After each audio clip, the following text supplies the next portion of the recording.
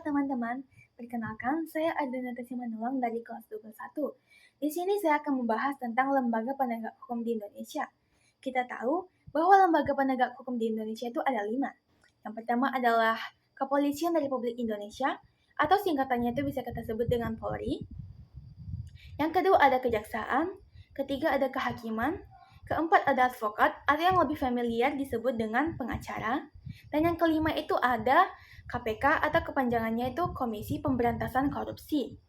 Nah, di sini saya akan mengambil satu bahasan singkat, pokok intinya yaitu kehakiman. Nah, teman-teman, kita tahu bahwa hakim itu adalah pejabat umum yang diberikan wewenang untuk mengadili, untuk memutuskan perkara-perkara tidak bertanggung, dan yang ketiga itu adalah untuk memimpin perkara yang diajukan kepada pengadilan maupun ke mahkamah. Nah, hakim ini harus menghasilkan putusan yang berkualitas, supaya agar ada mencerminkan rasa keadilan bagi orang-orang yang terlibat di dalamnya. Teman-teman, putusan dan hakim itu adalah dua hal yang tidak dapat dipisahkan ya, karena keputusan yang berkualitas itu akan menunjukkan hakim yang berkualitas juga. Tetapi teman-teman, ada satu kasus di Indonesia yang sangat bertentangan dengan jabatannya sebagai hakim. Mari kita saksikan sama-sama ya.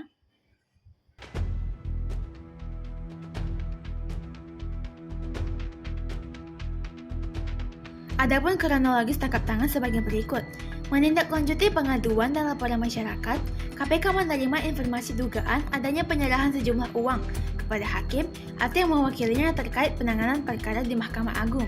Rabu, 21 September 2022, sekitar jam 16.00, telah terjadi penyerahan sejumlah uang dalam bentuk tunai dari saudara DS kepada DY sebagai representasi SD di salah satu hotel di Bekasi.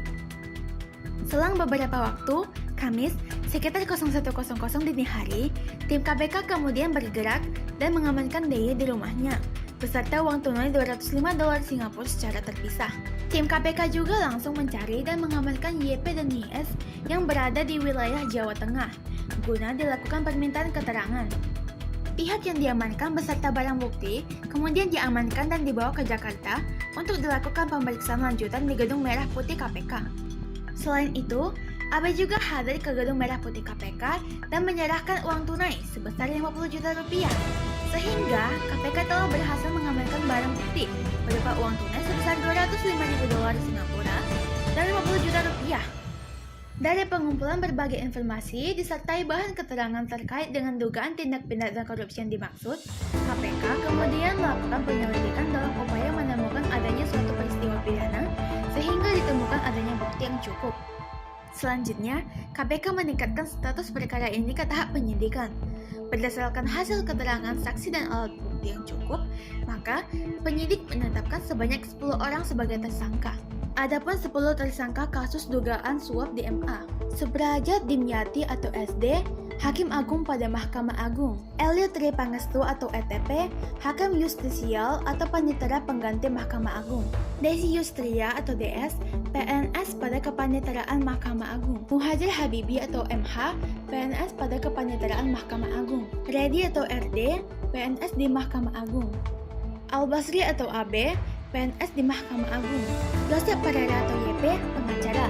Eko Suparno atau ES, pengacara.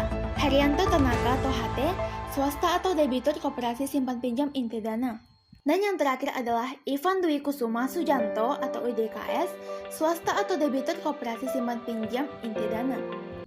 Nah, teman-teman, dari pembahasan sebelumnya, apakah menurut kalian hakim itu sudah melaksanakan tugasnya dengan baik? Sudah pasti jawabannya antara iya dan tidak. Itu semua tergantung dari pemikiran dan kepribadian masing-masing setiap manusia.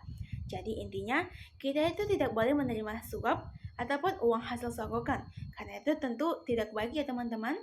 Sekian penjelasan ataupun video dari saya. Jika ada kesalahan kata, mohon dimaafkan. Sekian dan terima kasih.